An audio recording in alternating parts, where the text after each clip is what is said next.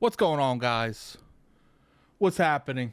Today we're going to be talking about the best Xbox games of 2023. This year has been absolutely ridiculous when it comes to the best games that's on the platform. But I feel like even though the competition has probably been the highest it's been in a long time, here's my personal 10, and I think it should be your personal 10. We should all have the same opinion. I feel like that's how the internet works these days. We can't have difference of opinions. My top 10 is your top 10. Deal with it. I'm going to go ahead and go with number 10. We're going to start with that. It's going to surprise people. I feel like people will expect this game to be a little bit higher. Resident Evil 4 Remake. Reason I'm giving it number 10 is because I do feel like even though Resident Evil 4 Remake is a phenomenal game, I've been playing it lately. Now, I did put it down when it first came out, and it's not necessarily from a testament of like what the game is. It's just there were so many games coming out this year. I felt like I turned around and another game was out. But Resident Evil 4 Remake, just off like the 10 hours I've played, is chef's kiss. This game is the embodiment of fan service. They went above and beyond for this game, and this is one of those particular games where it's like Capcom needs a pat on the back, man. You know, from the way the game looks to the way the game feels. I like how they bring back a lot of the old features and old gameplay mechanics from the old Resident Evil 4, and they bring it where it feels modern. And I think that's one of the reasons this game has to be on this list, is because they did a fantastic job making you feel like this game is modern. But you know what else took a long time for us to play? The ninth game on this list, Dead Island 2. Dead Island 2 is one of those games that I didn't really put too much thought process into. Dead Island 2 is a game where I was convinced that Dying Light 2 would be better in all ways, shapes, or forms. Now, I actually say logistically and like the long term wise, Dying Light 2 is a better game, but I don't think it's by much. I think Dead Island 2 somehow surprised most people expecting this game just to be rehashed, but they put a lot of good incidents in this. I actually felt like I could play this game differently.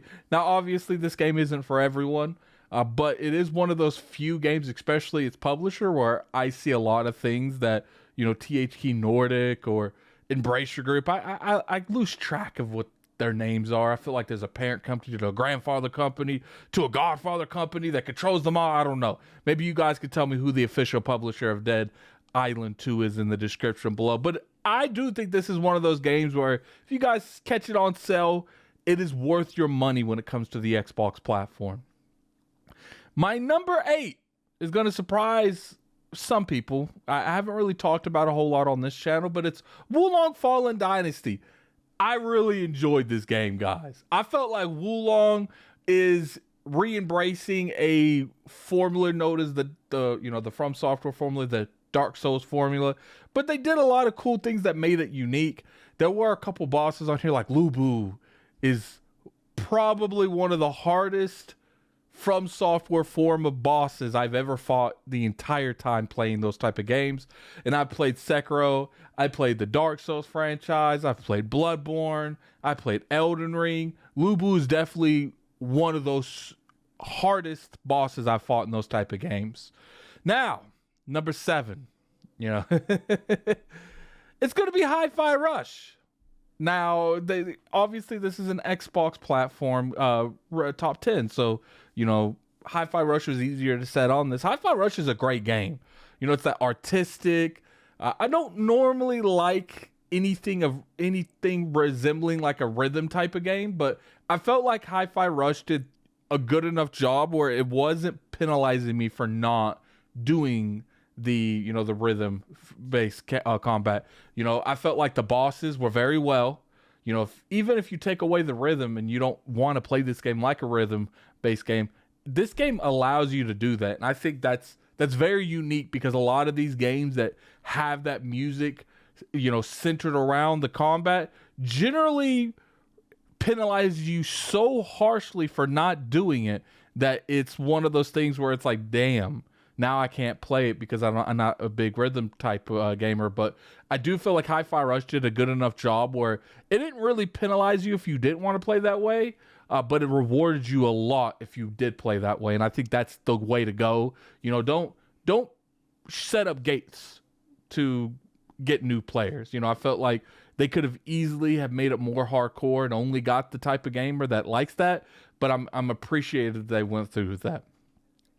My next one, and I know this is probably going to, shock a bunch of people, is Jedi Survivor. Jedi Survivor was very buggy when this game came out, but I never stopped playing. I beat it the first couple weeks that it released, and a lot of people dropped it, especially on PC. I didn't really have as many issues that people had on PC on Xbox Series X. I played all these games on the Series X. But I will say that in terms of performance, this performance is horrible. What I like about Jedi Survivor is they do a really good job combining the Star Wars franchise with a little bit of a light Souls type of gameplay. And it's challenging, but I never got to the point, except for one time, and I'm not going to spoil it. It's towards the end of the game. I'm sure the people that have beat Jedi Survivor know what I'm talking about, where it's like, I feel like I can't do it. I never really felt that way when I played Jedi Survivor. I've always felt like I was ahead of the curve, except for one or two select bosses in the game. The last boss was pretty hard too. And these type of games normally are really hard to get me to be stuck in anything. And I felt like Jedi Survivor did a good job on, since it is a Star Wars franchise, not trying to make it as hardcore as like the From Software games that's out there, but put a little bit of, a little splash of that combat in this game, and I think it worked out very well, just like it worked out in Jedi Fallen Order. My next game is Texas Chainsaw Massacre, made by the people who made Friday the 13th. I love Friday, and I'm going to say that Friday, overall, logistically, is a funner game. But I think Texas Chainsaw Massacre is a better game. And what I mean by that is Friday, you could just pick up that game. You could play as Jason, or you could play as the survivors. And you relatively, now obviously there's skill gaps and, things that you need to know. But for the most part, it's easy to pick up. I don't think Texas Chainsaw Massacre is easy to pick up at all, especially if you're a survivor. Now, if you're a killer and you're playing against bad survivors, I think it's a lot easier to pick up in that case. But for the most part, Texas Chainsaw Massacre, you got to put time into, and you got to lose over and over again to really get the grasp of how this game is played. And that's what I like about it. There's a lot of decent YouTube videos out there really explaining the scenarios and how you should build these people, and I like that. I think Texas Chainsaw Massacre, like I said, is an overall better game than Friday. I think it's got more legs on it. But I do think at the beginning, you're better off playing Friday the 13th because I feel like you're going to have more fun. But if you actually stay on and learn Texas Chainsaw Massacre, I think you're going to have more fun in the long run with that game. Look, my next one. Number 5 is Starfield. Look, I get it. People are going to be upset with that. I know a lot of you think that game should be higher, but we're talking about literally one of the best years in gaming in a long time. And I feel the fact that Starfield was able to beat stuff like Jedi Survivor and Resident Evil 4 Remake and Hi-Fi Rush is a great testimony to what's going, especially Texas Chainsaw Massacre. Put a lot of time into that. But, when it comes to Starfield, I felt like it was such a good game, but they had so many low points when it comes to Starfield. But I loved the space battle in Starfield. I love the story and how they handled something like New Game Plus. I think it's very unique. And I felt like even though with its lows, its highs was so high that it definitely deserved to be high on this list. And number 5 is a good place. Starfield is always going to be one of those games that people go back to. They play when the mod supporting community comes big into Starfield. I'm very curious to see how Starfield changes as a game. I would love for them to add a little bit more hardcore RPGs to Starfield, but I cannot deny that, Starfield might not be Bethesda's best game, but it was a good game this year nonetheless. Number 4 is another multiplayer game. It's kind of surprising. This game caught me off guard. It's The Finals. The Finals is one of those games that I did not see coming, just like Texas Chainsaw Massacre. I had some friends that was like, yo, Addict, can we play the multiplayer? And I did. I played a lot of it. I probably have like 2 days worth of multiplayer on this game. You know, for those of you who don't know, it's made by ex-Battlefield devs. Now, pretty much how it goes is you have a small build, a medium build, and a heavy build. You can give them from a variety of abilities to guns to, you know, grenades and stuff like that. What I like is you could play this game multiplayer wise how you feel like you could play. It gives you a lot of customization. You could change it. It's a games as a service, so obviously they're gonna have a lot of cosmetic stuff triple through the years, and I think this is a good game. I really do. I think The Finals is going to have some really long legs on it, and I think if you like multiplayer games and you especially like Battlefield, because the destructibility in this game is just absolutely mind-blowing. Sometimes I will be in a building and it's just going off, and the only thing I can do, because the building is collapsing so fast, is to run from this building to the next building. And they have like these bonus rounds where people are exploding. They have meteors coming from the sky where literally sometimes you're running from one building to another, and the building you just jumped from is just getting destroyed. You barely had time to get in the new building. And I like it, man. I think it's good. Number 2. It's the one, the only, Baldur's Gate 3. We almost didn't get this game in 2023. It was one of those scenarios where I thought this wouldn't be on my 2023 for Xbox, but they actually came through and they pulled it. You know, I've been playing a lot of it on stream with King David. I've been playing a lot of it with Cognito. It's a fun game, man.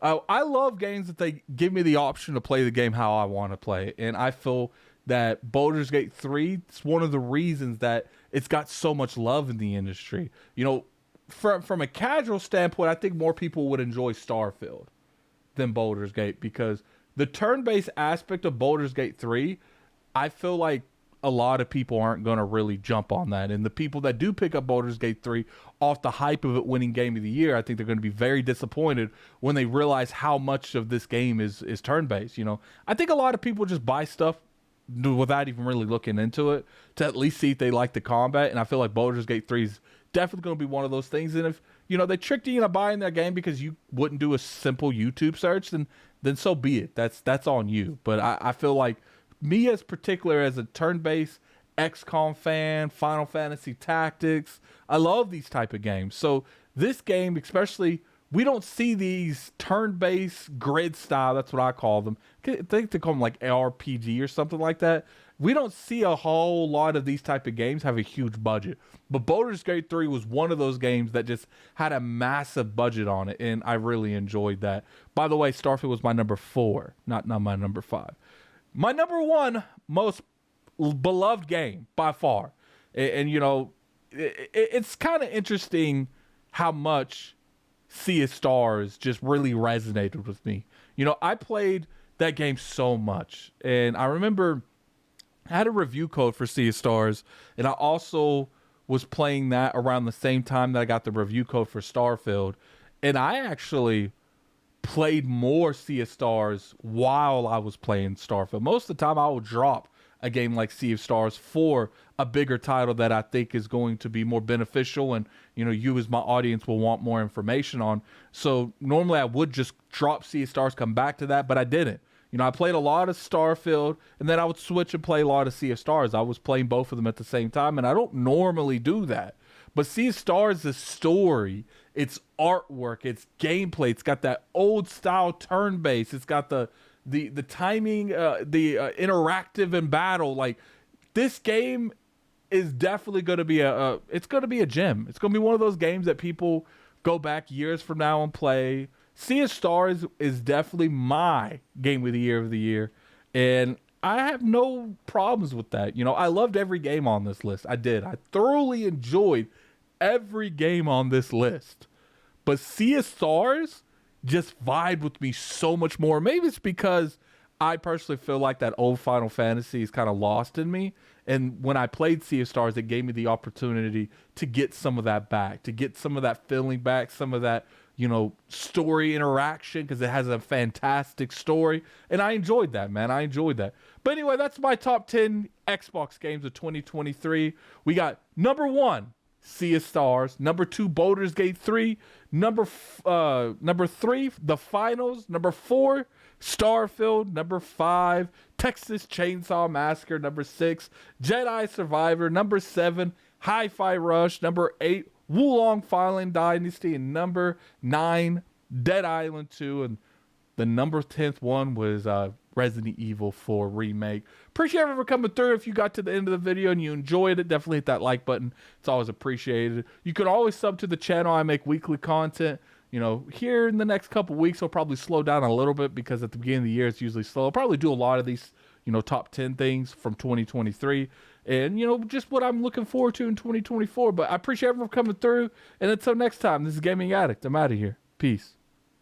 2023 was an amazing year, guys. We got to really be grateful for that.